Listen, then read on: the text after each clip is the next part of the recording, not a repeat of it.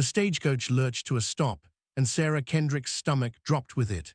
Through the dust-caked window, she could see him, tall, bearded, holding a hat in both hands like he was at a funeral. This was the man she'd been promised to, and he looked older than her father ever had. She'd turned 18 3 weeks ago, celebrated with nothing but a slice of cornbread and her mother's tears. Now here she was, stepping down onto foreign soil with a carpet bag that held everything she owned, about to become a replacement for a woman she'd never met. The rancher's name was Thomas Brennan, and he didn't smile when she approached. His eyes were the color of creek water after a storm, gray and distant. Behind him stood 2 children, a boy of maybe 10 and a girl no older than 7, both staring at her like she was a stray dog that had wandered onto their land. "Miss Kendrick," Thomas said, his voice rough as wagon wheels over gravel. "Mr. Brennan." Sarah kept her chin level even though her hands were shaking. She'd practiced this moment in her head 100 times during the 3-day journey from Kansas. Not once had she imagined it feeling this hollow.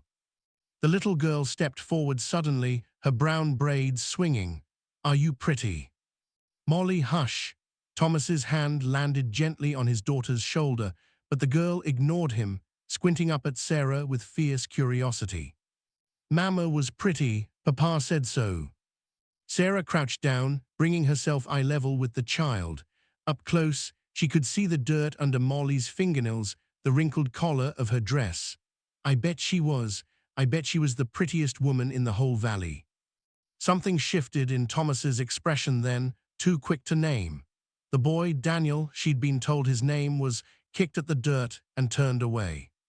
The Brennan Ranch sat 3 miles outside a settlement called Prescott Valley, tucked against rolling hills that turned gold in the late afternoon sun. The house was larger than Sarah expected, 2 stories with a wraparound porch that sagged slightly on the east side. Chickens scattered as the wagon approached, and a hound dog lifted its head from the shade before deciding she wasn't worth the effort of barking. Inside, the house smelled like old smoke and unwashed laundry. Dishes were stacked in a basin by the pump, and muddy boot prints tracked across the wooden floor. Sarah's mother would have fainted. "I know it's not much," Thomas said, though he didn't sound apologetic. "Ellen kept things together better than I can manage. I work the cattle most days, and the kids," he trailed off, glancing toward where Molly was already climbing the stairs. "They need a woman's hand." Sarah set her bag down carefully. "You don't have to explain. I knew what I was coming for." That was only half true. Her aunt had arranged everything through letters, painting the situation as practical rather than romantic. Thomas Brennan was a widower with land, 2 children, and a reputation for being decent if not warm. Sarah was 18, orphaned after her father's death the previous winter, with no prospects and a cousin's family that couldn't afford another mouth to feed. The arrangement made sense on paper. But standing in that dim kitchen with a stranger who was supposed to become her husband, Sarah felt the weight of every choice that had led her here. "Your room's upstairs," Thomas said. "Last door on the right. Supper's at 6 if you want to rest first." She didn't want to rest.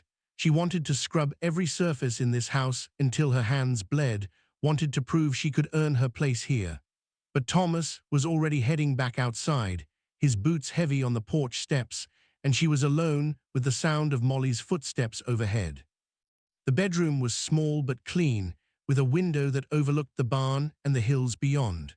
Someone had left wildflowers in a jar on the dresser, and Sarah knew without asking that it had been Molly.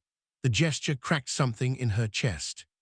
She unpacked slowly, hanging her 2 dresses in the narrow wardrobe and tucking her mother's Bible under the pillow.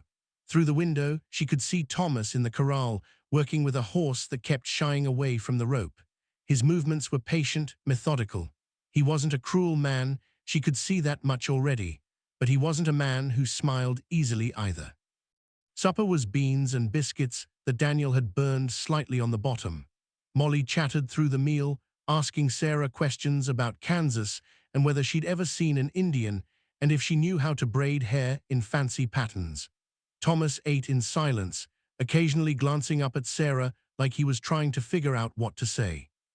It was Daniel who finally broke through the strange politeness, hanging over the table. "You don't have to pretend," he said, his voice sharp for a 10-year-old. "We know you're just here because you got nowhere else to go. Papa needed help and you needed a place. That's all." "Daniel," Thomas's voice was low, warning. But the boy was already pushing back from the table, his chair scraping loud against the floor. "It's true. She ain't here because she wants to be. Nobody would want to be here." He was gone before Thomas could respond, the front door slamming behind him. Molly's eyes went wide, darting between her father and Sarah. Sarah folded her napkin carefully. "He's not wrong." Thomas looked at her then, really looked at her, and for the first time since she'd arrived, she saw something other than careful distance in his expression. "No," he said quietly, "I suppose he's not." The days took on a rhythm. Sarah woke before dawn to start the stove, made breakfast while the sky turned from black to bruised purple, packed lunches for Thomas to take out to the range. She washed clothes on Mondays, scrubbed floors on Tuesdays, mended on Wednesdays. Molly followed her everywhere, a shadow in a pinafore, chattering about her mother's recipes and the way her father used to sing before Ellen died. Daniel kept his distance, speaking to Sarah only when necessary and never meeting her eyes. She didn't push.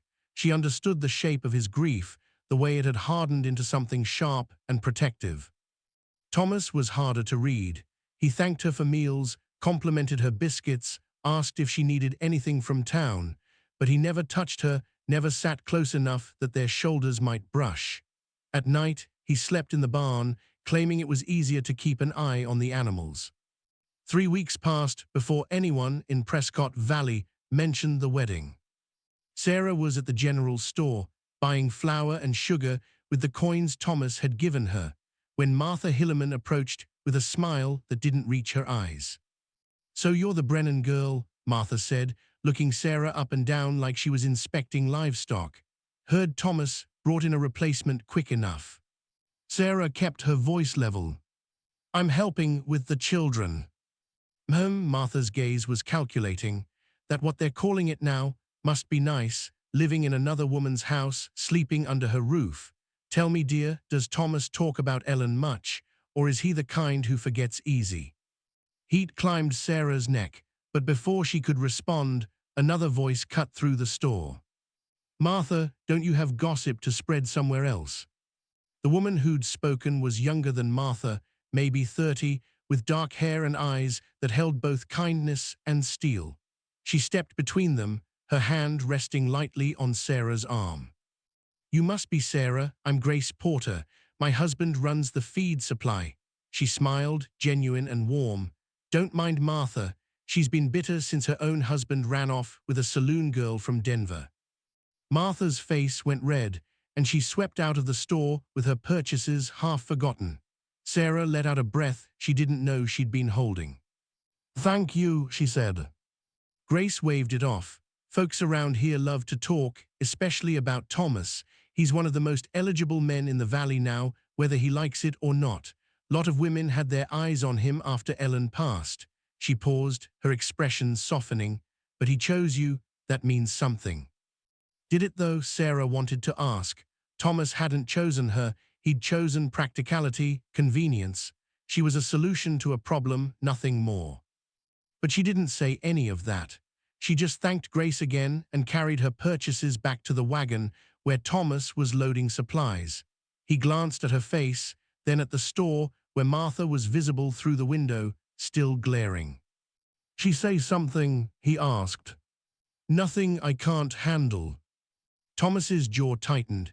He finished loading the wagon in silence, then helped Sarah up onto the seat with a hand under her elbow. His touch was brief, impersonal, but it was the first time he'd touched her at all, and Sarah felt it like a spark. That night, after the children were in bed, Thomas knocked on her door. Sarah opened it to find him standing in the hallway, hat in hands again, looking more uncomfortable than she'd ever seen him. "We should talk," he said, "about the arrangement."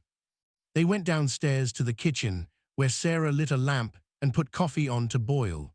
Thomas sat at the table, and she could feel him watching her as she moved through the familiar motions of preparing the pot.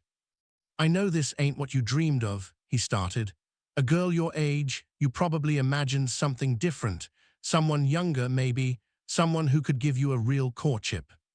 Sarah poured 2 cups, set one in front of him. I stopped dreaming a long time ago, Mr. Brennan. Thomas, he said, you should call me Thomas. She sat across from him, wrapping her hands around the warm cup. Through the window, she could see the barn silhouetted against the starlit sky. Thomas, then, and you should know I came here with my eyes open. I'm grateful for the roof and the food. I'll earn my keep, and I'll care for your children like they're my own. That's enough. Is it? His eyes were steady on hers, and there was something vulnerable in his expression that she hadn't seen before. Because you deserve more than just being grateful. Ellen she would have wanted the kids to have a mother who chose to be here, not someone who's just making do. Sarah's throat tightened. Did you love her, your wife? Yes, no hesitation. Met her when we were both 16, married at 19. She was the best thing that ever happened to me, and when we lost her to the fever, he stopped, his hands tightening around his cup. I didn't think I'd ever feel whole again, still don't most days. I'm not trying to replace her. I know, Thomas looked down at his coffee, but the kids need stability and I need help. I'm not good at this, the domestic things, and Daniel's getting to an age where he needs more than I can give him. Molly too, they need. A mother, Sarah finished softly, I understand. But you need to understand something too. Thomas leaned forward, his voice dropping. I won't ask you to marry me if your heart's not in it. I won't trap you in something that makes you miserable. If you want to leave, if you want to go back to Kansas or try somewhere else, I'll give you the money for passage. No questions asked. Sarah stared at him. This man, this practical rancher who needed help with his children and his house, was giving her a choice. A real choice. Why, she asked. Because you're 18 years old, and you've got your whole life ahead of you. And because, he hesitated, something raw flickering across his face, because I've seen what it looks like when someone stays out of obligation instead of want. My parents had that kind of marriage. It hollowed them both out. The coffee had gone lukewarm between her palms. Outside, a coyote called in the distance, lonely and wild. I don't have anywhere else to go, Sarah said finally. That part's true, but I'm not miserable here. Your children are good kids. Molly's sweet and Daniel's just hurting. And you, she stopped, surprised by her own honesty. You're a good man, Thomas Brennan. Maybe not the man I imagined when I was 14 and foolish, but a good man. That counts for something. Thomas's expression shifted, something unguarded crossing his features. So you'll stay. I'll stay, Sarah took a breath. But I need you to understand something too. I'm not Ellen. I'll never be Ellen. I'll make mistakes, and I'll probably do things differently than she did, and Daniel might hate me for it. But I'll try to be what your family needs. For the first time since she'd arrived, Thomas Brennan smiled. It was small, cautious, but real. That's all I can ask for, he said. The wedding happened on a Tuesday in late September, a quiet ceremony at the church in Prescott Valley with only Grace Porter and her husband as witnesses. Molly wore a wreath of aster flowers in her hair, and Daniel stood beside his father with his jaw clenched tight. The Reverend spoke about duty and faith, and when Sarah repeated her vows, she meant every word even though her heart was hammering. Thomas kissed her at the end, brief and chaste, his beard rough against her mouth. Molly clapped, delighted, and Daniel turned away. That night, Thomas moved his things back into the main house, into the bedroom that had been his and Ellen's. Sarah stood at the threshold, uncertain, until he took her hand, really took it, wrapping his calloused fingers around hers, and pulled her inside. We'll take this slow, he said quietly. Whatever you need, whatever feels right. They lay beside each other in the dark, not touching except for their joined hands, and listened to the wind move through the cottonwoods outside.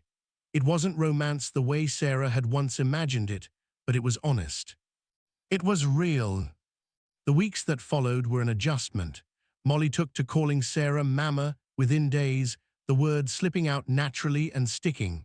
Daniel still kept his distance, but Sarah caught him watching her sometimes when he thought she wasn't looking, something like curiosity in his eyes.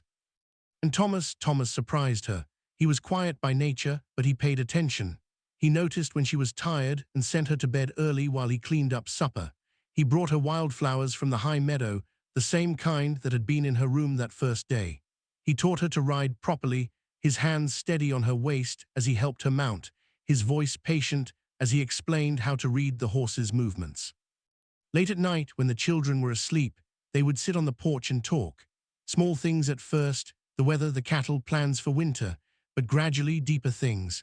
Thomas told her about Ellen, about their courtship and marriage, about the fever that took her so quickly he barely had time to say goodbye. Sarah told him about her father, about the accident that left her mother a widow, about the slow, painful year that followed before her mother's heart simply gave out.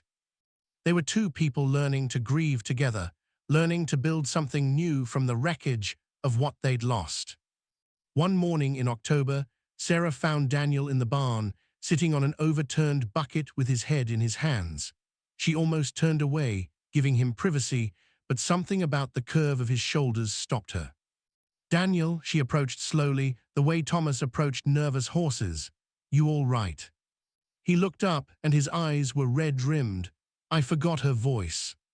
Sarah's heart clenched. She sat down on the ground beside him, not touching but close enough that he could feel her presence. "Your mammas." I try to remember what she sounded like, and I can't. It's only been a year, and I already forgot. His voice cracked. What kind of son forgets his own mother's voice? "The kind who's 10 years old and doing his best," Sarah said softly. "The kind who's been so busy being strong for his little sister and his papa that he hasn't had time to sit with his own sadness." Daniel wiped at his face roughly. "You ain't her, you ain't my mama." "No," Sarah agreed. "I'm not, and I'll never try to be. But I'm here, Daniel, and I care about you. And if you need to talk about her, or cry about her, or yell about how unfair it all is, I'm here for that too." He was quiet for a long moment, staring at the barn floor. Then so quietly she almost missed it. She used to sing when she was making bread. Papa said it made the dough rise better. It was a song about a river, I think. I can't remember the words. Sarah felt tears prick her own eyes. "Maybe your papa remembers. Maybe we could ask him to sing it sometime." Daniel looked at her then, really looked at her, and something in his expression softened. Maybe. It wasn't forgiveness, not yet, but it was a start. The first snow came in November, dusting the valley white overnight. Sarah woke to find Thomas already gone, out checking on the livestock, and Molly's excited shriek echoing from downstairs.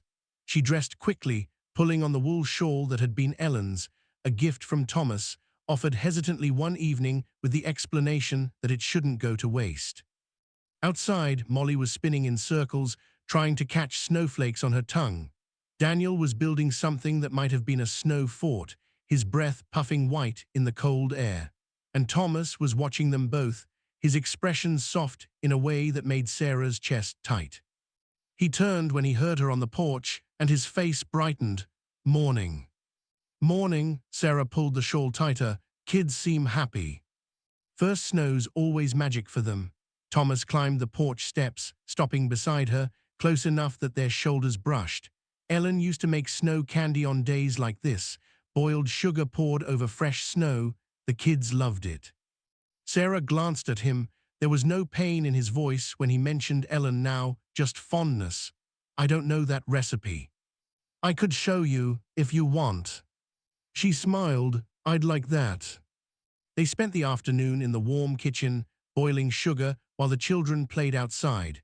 Thomas stood close, getting her hands as she poured the syrup onto the pans of snow Molly had brought in. His breath was warm against her temple, and when she turned to ask a question, she found his face inches from hers. They froze like that, suspended in a moment that felt both terrifying and inevitable. "Sarah," Thomas said, her name rough in his throat. She didn't pull away. "Yeah. I think I'm starting to feel something for you, and I don't want you to feel obligated to." She kissed him, cut off his words with her mouth on his, clumsy and brave and real. For a heartbeat, he didn't move. Then his arms came around her, pulling her close, and he was kissing her back with a desperation that matched her own. When they broke apart, both breathing hard, Sarah could hear the children's laughter through the window. "I'm not obligated," she whispered against his mouth. "I'm choosing this. I'm choosing you." Thomas's eyes searched hers, and whatever he found there made him smile, really smile, the kind that crinkled the corners of his eyes and made him look younger. "I'm choosing you too. I think I have been for a while now. I was just too stubborn to admit it." That night, after the children were asleep and the snow candy was gone, Thomas carried Sarah to their bedroom and closed the door behind them. And for the first time since she'd arrived at the Brennan ranch, Sarah felt like she was exactly where she belonged. Winter passed into spring and spring into summer. Daniel taught Sarah to fish in the creek, though she was terrible at it and kept tangling the line. Molly learned to braid Sarah's hair in the fancy patterns she'd asked about that first night, her small fingers careful and proud. And Thomas loved her, not in place of Ellen, but alongside the memory of her. A different love, built on choice and respect, and the quiet intimacy of shared work. On a warm evening in July, they sat on the porch watching the sun set over the valley. Thomas's arm was around Sarah's shoulders, and she leaned into his warmth, content. "You ever regret it?" he asked quietly, "coming here, marrying me?" Sarah thought about that 18-year-old girl stepping off the stagecoach, terrified and alone, thinking she was walking into a practical arrangement and nothing more. She thought about the woman she'd become, stronger, braver, loved. "Not for a single second," she said. Thomas pressed a kiss to her temple. "Good, because I sure as hell don't regret you." Inside the house, Molly was singing, that old song about a river that Daniel had remembered, that Thomas had taught them all one evening with tears on his face. The sound drifted through the open windows, sweet and clear, carrying on the summer wind. And Sarah Brennan, who had once believed she was just making do with the hand life dealt her, closed her eyes and smiled. Because sometimes, what starts as survival becomes something far more precious. Sometimes, practical choices become love stories. And sometimes, the family you're given by chance becomes the family you'd choose 1,000 times over.